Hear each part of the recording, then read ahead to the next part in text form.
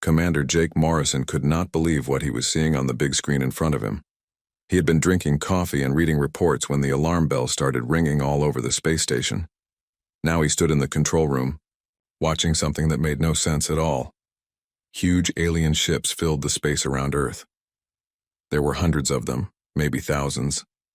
Each ship looked like it was made of crystal that changed colors from blue to purple to gold. They were bigger than anything humans had ever built. The largest one was the size of a small moon. Jake had been in charge of Earth's space defense for 10 years. In all that time, nothing like this had ever happened. The galaxy had been peaceful for 3,000 years. The Galactic Council made sure all problems got solved with talking, not fighting. Wars were things you read about in old history books. Lieutenant Amy Rodriguez ran up to Jake. Her face was white with fear. "Sir, they just sent us a message. You need to hear this right now." Jake nodded. "Put it on the main speaker." A voice filled the control room. It spoke perfect English, but there was something strange about it. The words seemed to flow like music. "People of Earth, we are the Zephyrian Empire. We demand your dance champion. You have 72 hours to give us what we want. If you do not, we will show you why we chose to stay away from your peaceful galaxy." The message ended. The control room was completely quiet. Everyone stared at each other. Nobody knew what to say. "Dance champion?" Jake said finally. "They want our dance champion?" Amy was already working at her computer trying to find information about these Zephyrians. "Sir, I found something. The Zephyrians were part of the Galactic Council when it started 3,000 years ago, but they left right after the peace treaty was signed. Nobody has heard from them since then." Dr. Elena Martinez came running into the control room. She was Earth's best expert on alien cultures. "Commander, I just got the message. This is incredible. The Zephyrians are real." "You know about them?" Jake asked. Elena nodded, breathing hard from running. "They are legends. Most people think they never existed, but I have been studying old records for years. The Zephyrians do not talk with words like we do. They talk with their bodies. They dance." Jake looked at the alien ships on the screen. "You mean they actually dance to communicate?" "Everything they do is dancing," Elena said. "Their language, their religion, their art, their science, all of it is based on movement. For them, dance is not just entertainment. It is how they express their souls." Amy looked up from her computer. "Commander, I am getting reports from all over Earth. The alien ships are not just here. They are everywhere. Over every major city, every military base, every spaceport. But they are not attacking. They are just waiting." Jake felt a cold fear in his stomach. An enemy that attacked he could understand. An enemy that just waited was much more scary. "Elena, what do you think they want?" he asked. Elena was reading through files on her tablet. "I think this is a challenge, sir. In the old records there are stories about the Zephyrians challenging other species to dance competitions. It was their way of judging if another species was worth knowing." "What happened to the species that lost?" Jake asked, though he was not sure he wanted to know the answer. "They were not killed," Elena said, "but they were cut off from the galaxy forever. The Zephyrians would not let them join any councils or trade groups. They became completely alone." The control room was quiet again. Everyone understood what this meant. If Earth lost this challenge, humans would be alone in the galaxy. No more trade with other planets. No more sharing of science and technology. No more friends among the stars. "Sir," Amy said, "I am getting calls from the President, the United Nations, and every world leader. They all want to know what is happening." Jake rubbed his forehead. He had trained for wars, for invasions, for disasters. But nobody had ever trained him for this. "Get me a line to Earth Command. We need to find Earth's best dancer, and we need to find them fast." On the screen, the alien ships continued to wait. They moved in slow, beautiful patterns that did look like dancing. Jake could see smaller ships moving between the big ones, creating shapes and forms that were almost too pretty to be real. "Elena," he said, "how good do you think our dancers are compared to theirs?" Elena looked at the ships on the screen. Commander, look at how they move. Every ship is part of one big dance. There are thousands of ships out there, and they all move together perfectly. They have been doing this for thousands of years. Our best human dancers might be good, but are they good enough to save our entire planet? Jake did not answer. He could not answer. He just watched the alien ships dance in the darkness of space and hoped that somewhere on Earth there was a human who could dance well enough to keep humanity from being alone forever. The countdown had begun. 72 hours to find a champion. 72 hours to save the world through dancing. Jake had seen many strange things in his years in space, but this was the strangest of all. Marcus Chen was in the middle of practicing a new dance when the men in black suits walked into his studio. He stopped moving and turned off the music. The men looked serious and official. Marcus thought maybe he had forgotten to pay his taxes. Again. "Mr. Chen?" the tall man asked. "We need you to come with us right now." Marcus wiped sweat from his face with a towel. "What is this about?" "We cannot explain here," the shorter man said. "This is about national security. We have a car, waiting outside." Marcus had been dancing since he was 5 years old. He started on the streets of Chicago, learning moves from older kids. His mother worked 2 jobs to pay for real dance lessons. Now, at 22, he was the best dancer in the world. He had won every competition that mattered, but he had never been visited by government agents before. "Am I in trouble?" Marcus asked. "No, Mr. Chen. Your country needs you." Marcus grabbed his bag and followed the men outside. A black car was waiting. They drove through the city without talking. Marcus looked out the window and saw that people were acting strange. Everyone was looking up at the sky and pointing. Some people were taking pictures. Others looked scared. The car drove to an airport where a military plane was waiting. Marcus had never been on a military plane before. It was loud and uncomfortable. The flight took 3 hours. When they landed, Marcus found himself at a place that looked like a secret base from a movie. Admiral Lisa Patterson was waiting for him. She was a tall woman with gray hair and sharp eyes. "Mr. Chen, thank you for coming. We know this must be confusing." "It really is," Marcus said. "Can someone please tell me what is going on?" The Admiral led him into a room with no windows. Dr. Elena Martinez was there with several other people Marcus did not know. There were computers and screens everywhere. "Mr. Chen," the Admiral said, "aliens have come to Earth. They want to challenge our best dancer to a competition. We believe you are that dancer."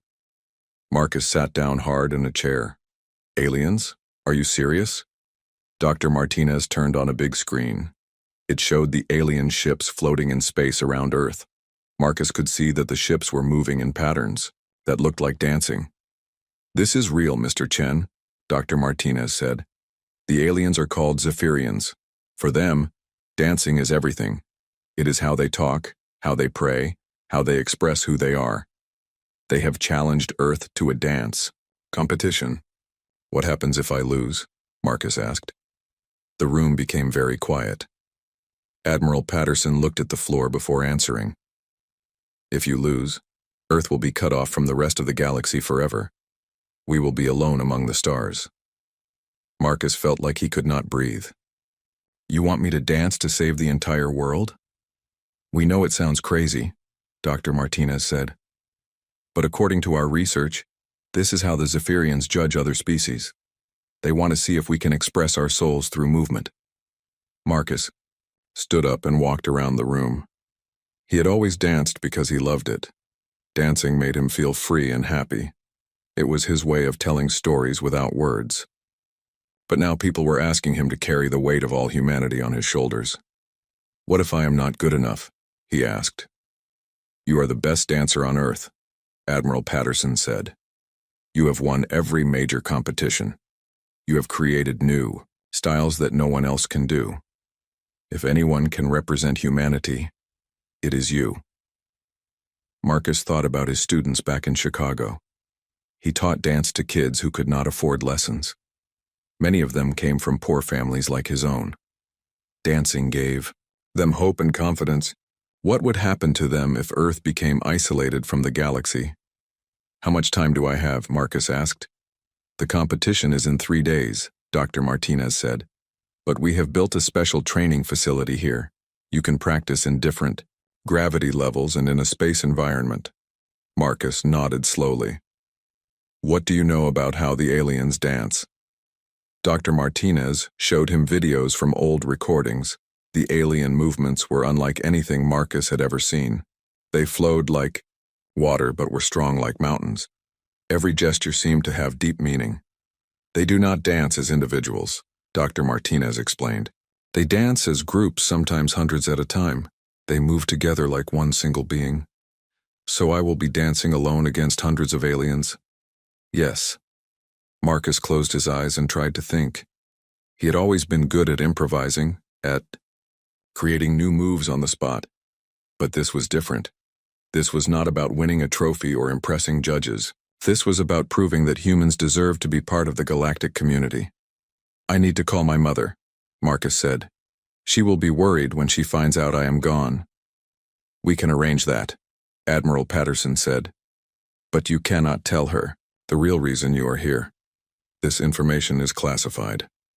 Marcus nodded. He understood that the world was depending on him, but his mother was the most important person in his life. She had sacrificed everything to help him become a dancer. Admiral, Marcus said, I will do this. I will dance for Earth, but I need you to promise me something. What is that? If I fail, if Earth becomes isolated, you have to make sure that kids can still learn to dance. Dancing is not just about competition or showing off. It is about expressing who you are inside. No matter what happens with the aliens, humans need to keep dancing. Admiral Patterson smiled for the first time since Marcus had met her. Mr. Chen, I think you understand exactly what this competition is about. It is not just about technical skill. It is about showing the aliens who we are as a species. Marcus spent the rest of the day learning everything he could about the Zephyrians. He watched videos, read reports, and talked to experts. But deep inside, he knew that all the preparation in the world might not be enough. He would have to find a way to dance not just for himself, but for every human who had ever lived. That night, as he lay in his small room at the secret base, Marcus looked out the window at the stars. Somewhere up there, alien dancers were preparing for the competition too. In 3 days, the fate of humanity would be decided by movement, rhythm, and the ability to express the human soul through dance. Dr. Elena Martinez had not slept in 2 days. She sat in front of her computer going through thousands of old files about the Zephyrian Empire. Her eyes hurt and her back was sore, but she could not stop.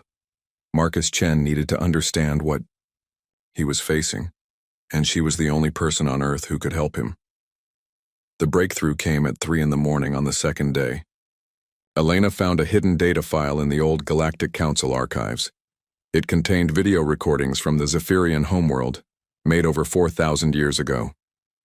Marcus, you need to see this, Elena called out. Marcus was in the training room, practicing moves he had learned from studying the alien ship formations. He was sweating and breathing hard, but he came immediately when Elena called. The video began to play. Both Marcus and Elena watched in silence as alien beings moved across the screen. The Zephyrians looked somewhat like humans, but taller and thinner. Their skin seemed to change colors like their ships, but it was the way they moved that took Marcus's breath away. They are not just dancing, Marcus said quietly. They are telling stories with their entire bodies. Elena nodded. Look at how the group moves together. Each individual Zephyrian is like one word in a sentence. When they dance together, they create complete thoughts, complete emotions. The video showed hundreds of Zephyrians moving in perfect harmony. Sometimes they formed shapes that looked like stars being born. Other times they moved like waves on an ocean. Marcus could feel emotions coming from their movements even though he did not understand their language. Elena, this is incredible, Marcus said. But how can I compete against this? They have been dancing together for thousands of years. I am just one person. Captain Ryan Brooks walked into the room.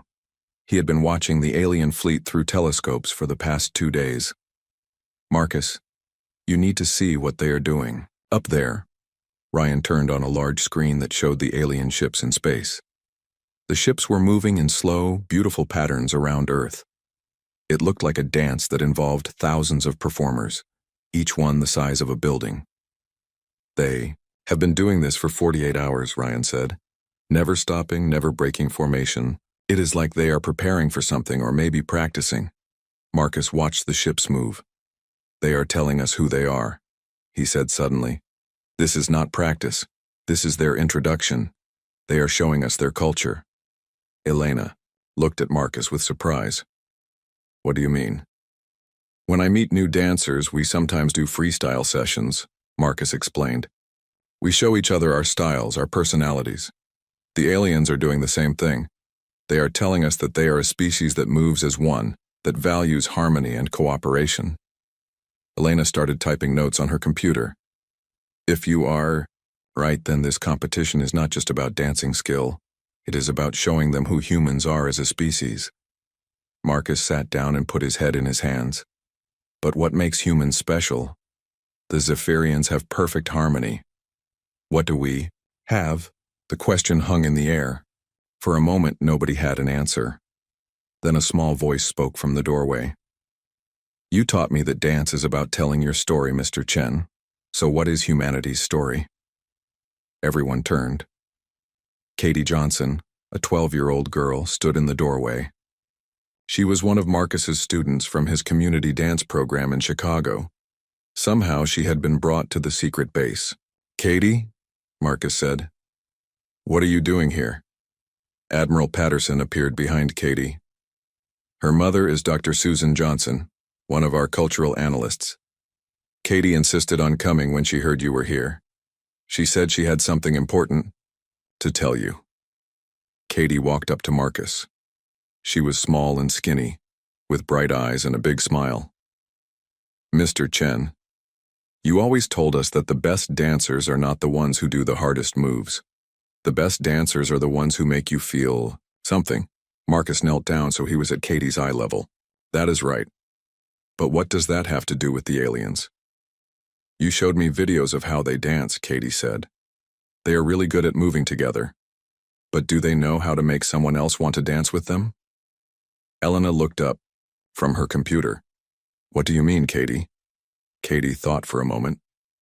When Mr. Chen teaches us, he does not just show us moves to copy. He makes us want to move. He makes us feel like we can express ourselves. Maybe that is what makes humans special. Marcus stood up slowly. Katie's words were giving him an idea. Elena, in all your research about the Zephyrians, did you find anything about them dancing with other species? Elena searched through her files. Actually, no. All the records show them dancing only with other Zephyrians. Even in the old Galactic Council meetings, they kept to themselves.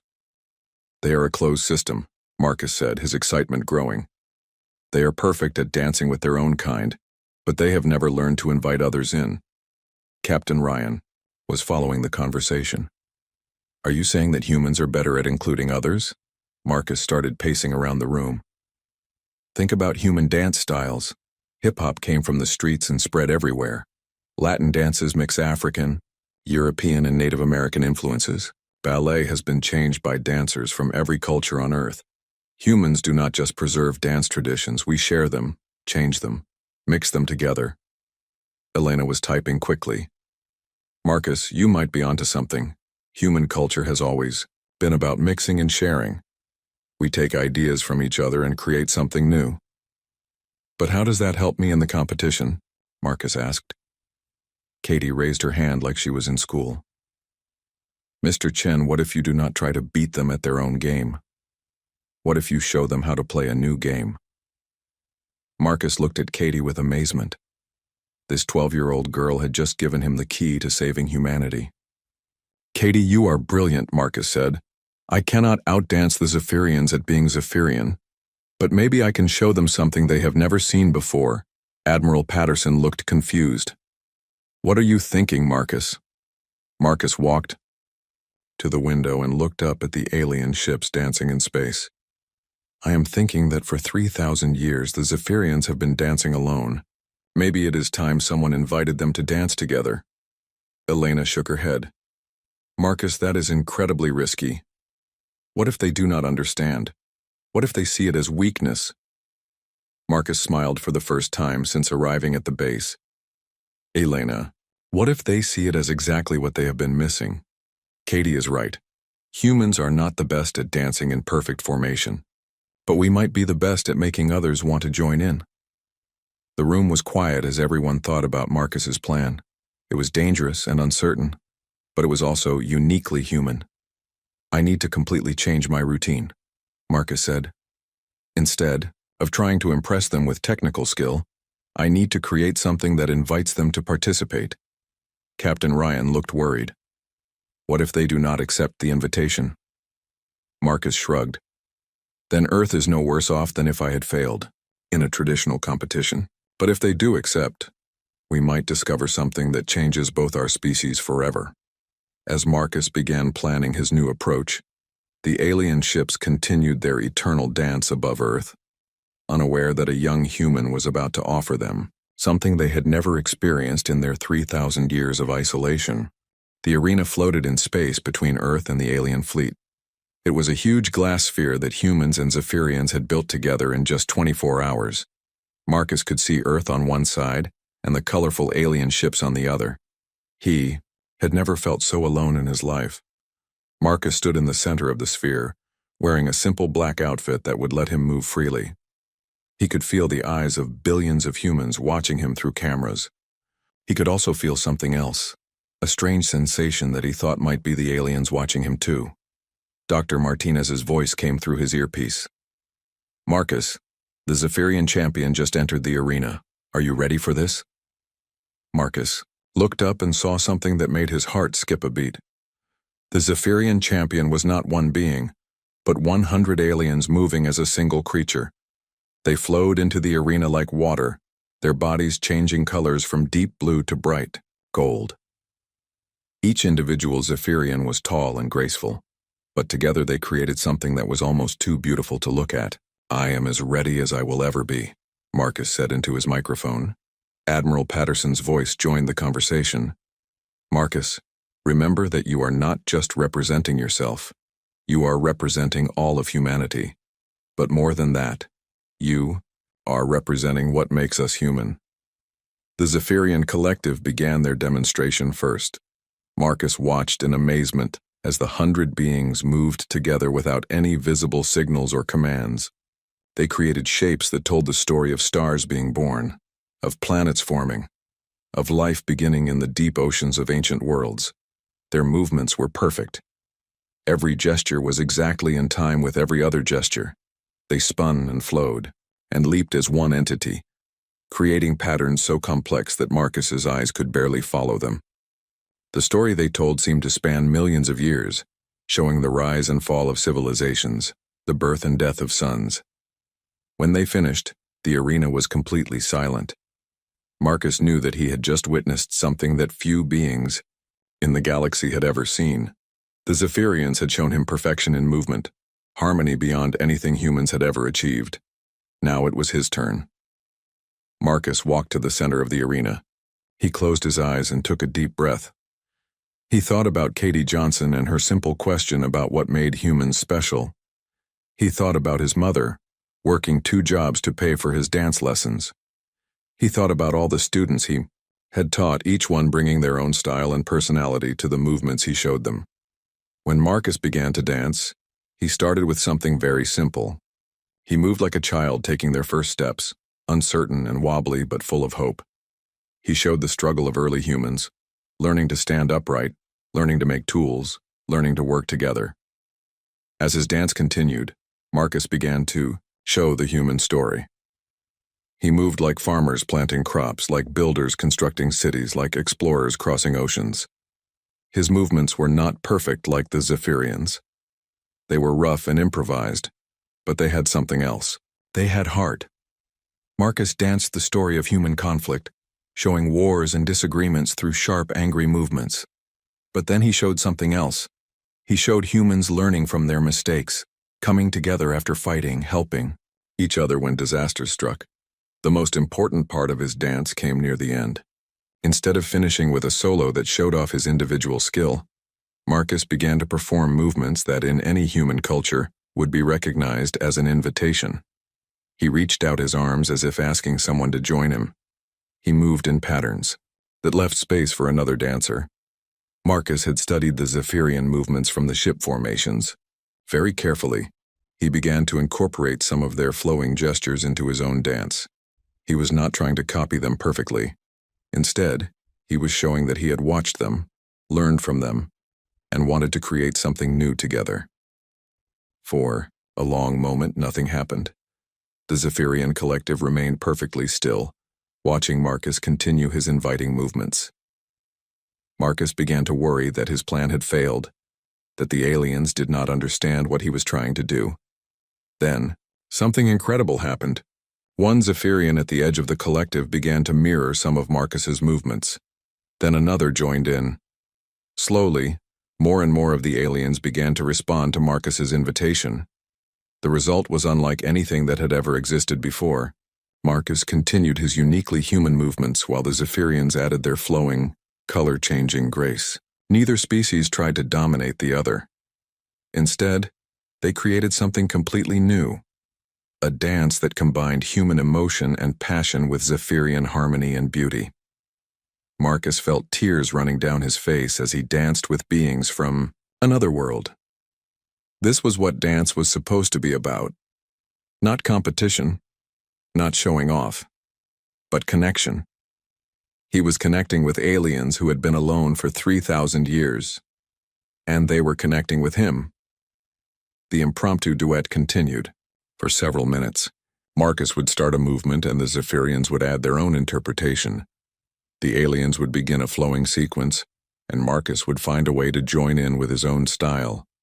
They were teaching each other without words, communicating, through pure movement. When the dance finally ended, Marcus and the Zephyrian collective stood facing each other in the center of the arena.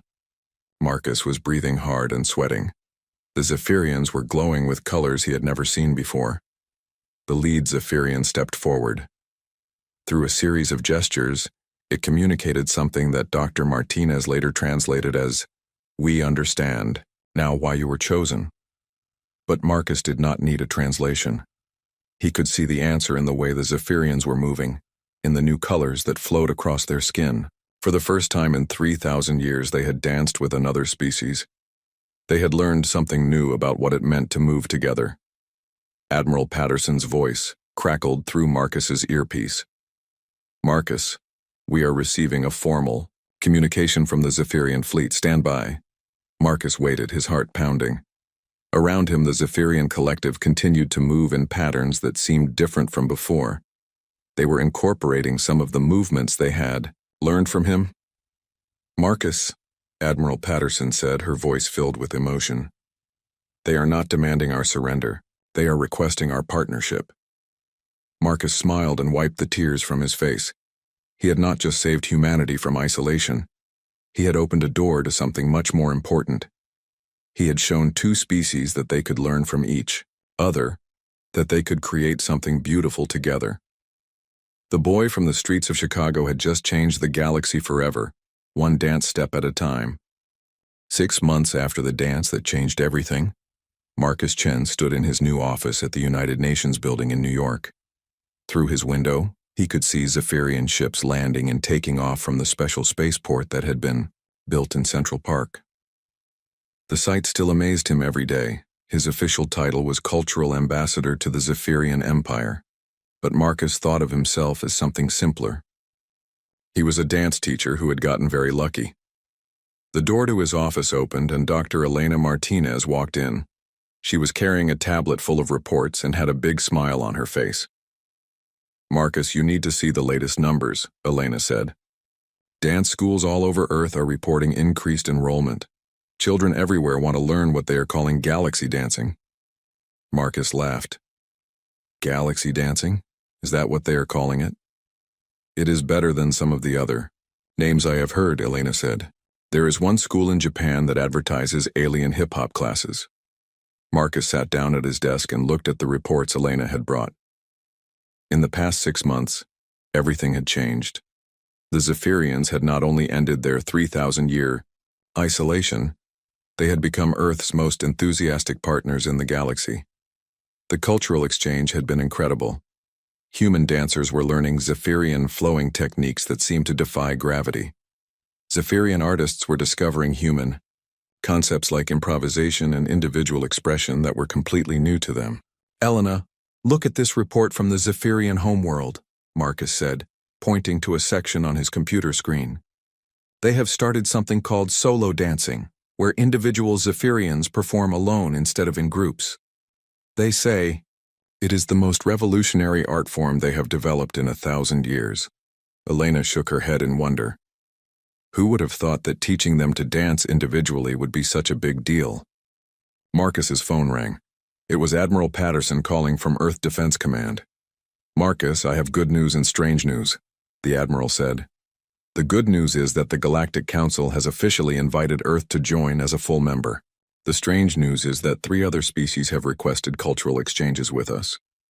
They all want to learn about something called inclusive movement techniques." Marcus put the phone on speaker so Elena could hear. 3 more species? Which ones? The Crystalline Collective from the Andromeda sector, the Harmony Builders from near the galactic core, and believe it or not, a group that calls itself the Silent Watchers. Apparently they have been observing the galaxy for 2,000 years without ever making contact with anyone. Elena leaned forward. The Silent Watchers want to learn to dance? According to their message, they want to learn what they call the human art of bringing others together through movement, Admiral Patterson said. "Marcus, what you started 6 months ago is spreading across the entire galaxy." After the call ended, Marcus walked to his window and looked out at the city below. On the street he could see humans and Zephyrians walking together. Some were clearly involved in animated discussions about movement and art. Others were simply enjoying each other's company. The biggest change had been in the Zephyrians themselves. For 3,000 years, they had been a closed society, perfect, in their harmony but isolated from new ideas. Now they were like children discovering the world for the first time. They wanted to learn everything humans could teach them about individual expression, about improvisation, about the joy of creating something unexpected. Katie Johnson appeared in his doorway. She was 13 now and had become something of a celebrity as the girl who had given Marcus the idea that saved the world. More importantly to Marcus, she was still one of his best students. "Mr. Chen, the Zephyrian students are here for their lesson," Katie said. Marcus smiled. "How are they doing with the freestyle exercises?" "Better every day," Katie said. "Ambassador Zephys 97 can actually do a full hip-hop routine now. It is pretty funny to watch because she changes colors with every beat." Marcus followed Katie down the hall to the large practice room that had been built specifically for human Zephyrian dance classes. Inside, a dozen young Zephyrians were warming up alongside human students. The sight never got old for Marcus. Ambassador Zephys 97 approached Marcus. She was one of the Zephyrians who had participated in the original challenge dance. Over the months, she had become Marcus's closest alien friend. "Teacher Marcus," she said, using the title all Zephyrian students called him, "I have learned the routine you taught us yesterday, but I added something new to it. Is this acceptable?" Marcus grinned. 6 months ago, no Zephyrian would have even understood the concept of adding something personal to a established routine. Now they were doing it naturally. "Zephys, individual creativity is always acceptable in my classes. Show me what you added."